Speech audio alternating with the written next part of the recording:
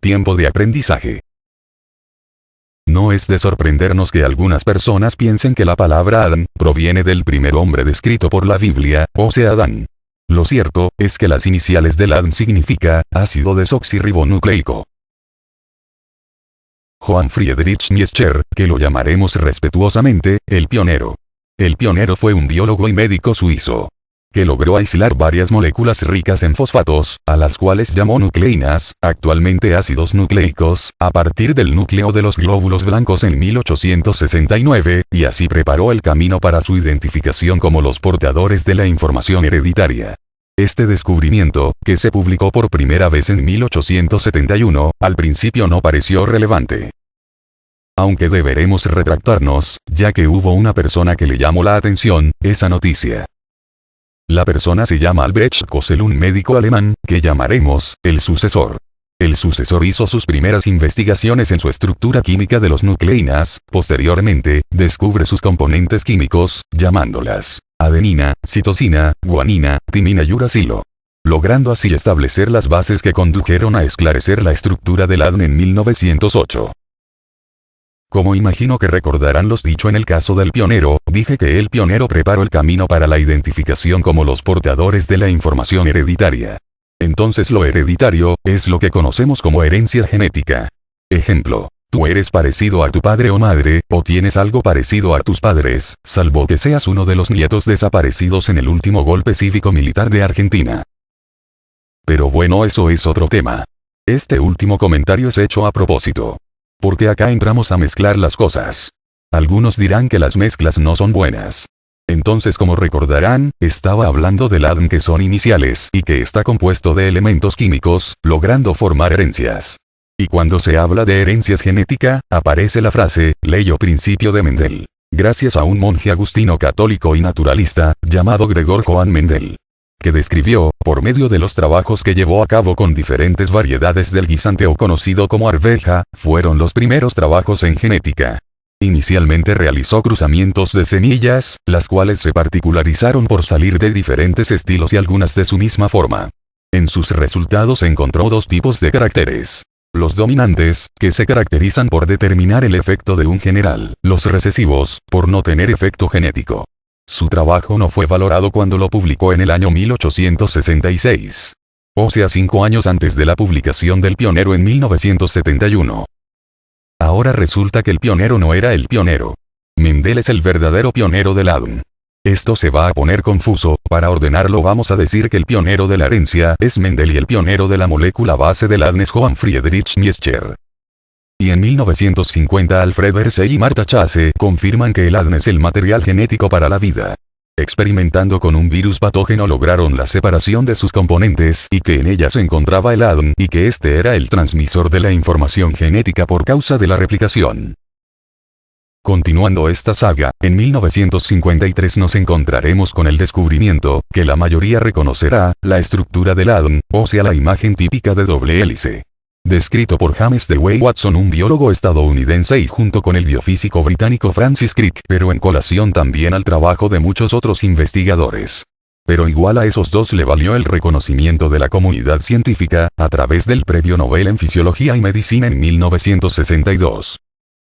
Cuando se publican estos reconocimientos se dispara el interés de los científicos, que comienzan a investigar el código genético, vegetal, animal y humano, esto es para saber, para qué sirve cada elemento químico del ADN y así modificarlo o perfeccionarlo. La línea se bifurca hacia varios sentidos, pero siempre revelando aún más sobre el ADN. Y aparece Cary Banks Mullis, bioquímico estadounidense, en 1986, conocido por la invención de la técnica PCR, Polymerase Chain Reaction, en español, para amplificar secuencias de ADN. Las ADN polimerasas intervienen en la replicación del ADN para dar a cada célula hija una copia del ADN original. La técnica introdujo una revolución en la investigación biológica y médica, lo que le llevó a recibir el Premio Nobel de Química de 1993. Esta técnica PCR facilita la posibilidad de identificar un virus, bacterias, identificar cadáveres, paternidad, etc. Con tan solo una pequeña muestra de sangre, pelo, piel o cualquier parte de un ser vivo. Todo funcionaría si tenemos contra qué compararlo. Ejemplo, una gota de sangre, sabemos que el glóbulo blanco tiene ADN. Pero es una gota algo seca en la ropa de una víctima. Le hacen PCR y replican el ADN, así se obtiene muchas muestras. Ahora falta compararlo con algún sospechoso. Si no hay sospechoso no hay culpable. La mejor recomendación es no ser el sospechoso. Recordando lo dicho hasta ahora, tenemos las iniciales del ADN, las bases químicas, la herencia, el interés científico y médico que manipularán el ADN, la replicación natural comprobada y el PCR replicación en laboratorio. Prácticamente el ADN se volvió el chiche favorito del mundo, casi la mayoría de las personas han escuchado sobre las ventajas o desventajas que nos traerá. Pongamos un relato de una persona salvada de morir. Es el caso de Kirk Bloodsworth, cuyo apellido Bloodsworth significa literalmente el valor de la sangre. Se convirtió en el primer condenado a muerte estadounidense declarado inocente por pruebas de ADN luego de cumplir 9 años en prisión. Me volví el hombre más odiado de Maryland, este de Estados Unidos, injustamente acusado de la violación y cruel asesinato de una pequeña de 9 años, recuerda. Kirk Bloodsworth tenía 23 años cuando fue detenido en 1984 en su barrio de Baltimore, lugar del asesinato de la pequeña Dawn Hamilton, simplemente por las declaraciones de testigos oculares que la ciencia desmintió muchos años más tarde.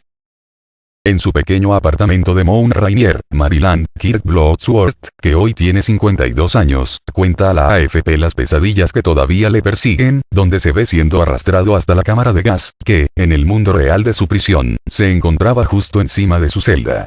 Este hombre blanco, de cara redonda enmarcada por una barba, no tenía sin embargo nada en común con el asesino, más allá de su bigote.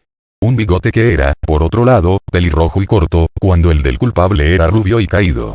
Este último purga actualmente una pena de prisión perpetua. El identikit, retrato hablado, se parece al de mi vecino Kirk. Fue así como comenzó todo, apunta resoplando.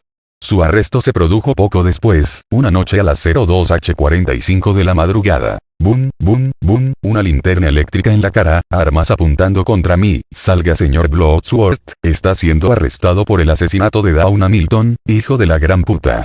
Con un nudo en la garganta todavía recuerda a menudo cómo le pusieron las esposas, le leyeron sus derechos y fue conducido a un coche de la policía en el exterior. Era la última vez que vería mi ciudad natural en 8 años, 10 meses y 19 días. Su rostro fue divulgado en la televisión, su nombre lanzado a los medios de comunicación.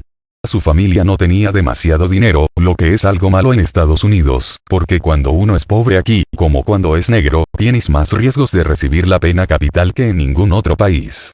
La idea del ADN se le ocurrió leyendo. De hecho, la sentencia fue la muerte. La sala del tribunal aplaudió y gritó gasearlo a muerte como una muchedumbre en contra de Frankenstein. En la prisión de Maryland, un lugar gótico pero donde se siente el sufrimiento, Bloodsworth tuvo la idea de la prueba de ADN cuando llevaba 5 años preso, mientras leía el libro de Joseph Wambaugh de Blooding, que cuenta cómo se usó una nueva técnica llamada ADN para atrapar al asesino de unas adolescentes inglesas. Mi salvación estaba ahí. Si eso puede condenarte, también puede liberarte. Pero las extracciones del ADN del esperma efectuadas a la pequeña Hamilton habían sido destruidas por descuido, afirmó el fiscal. La perseverancia de su abogado y la ayuda de un funcionario permitieron conseguir una muestra. El 28 de junio de 1993, Bloodsworth salía de prisión siendo un hombre libre.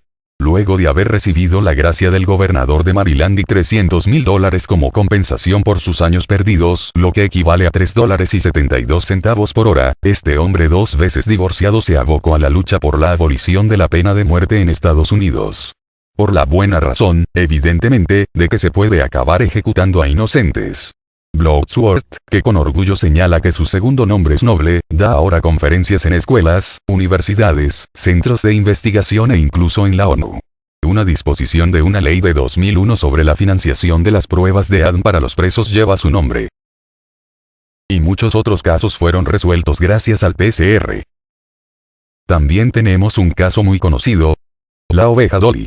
La oveja Dolly en 1996 fue el primer mamífero clonado a partir de una célula adulta. Sus creadores fueron los científicos escoceses, Ian Wilmut y Kate Campbell. Se plantó ADN en células que previamente le sacaron su ADN. Lo incuban y cuando crecen se fecunda. Este método se utiliza en clonación de piel, órganos y se experimenta por ahora en animales. Esto se llama clonación terapéutica. El 14 de abril de 2003, los científicos del Consorcio Internacional anunciaron que se había completado la secuenciación de todo el ADN humano. Pero ahora se trabaja en la interpretación del genoma humano, ya que se conoce la secuencia de las letras que lo componen y la ubicación de los genes, pero aún no se sabe, en realidad, qué significa cada uno de ellos. La decodificación de los genes y la comprensión de su funcionamiento es la importante tarea que queda por realizar en los próximos años. Los biólogos suelen referirse a las 4 moléculas básicas del ADN por sus iniciales: A, adenina, T, timina, C, citosina, y G, guanina, las cuales determinan cómo se construye la vida.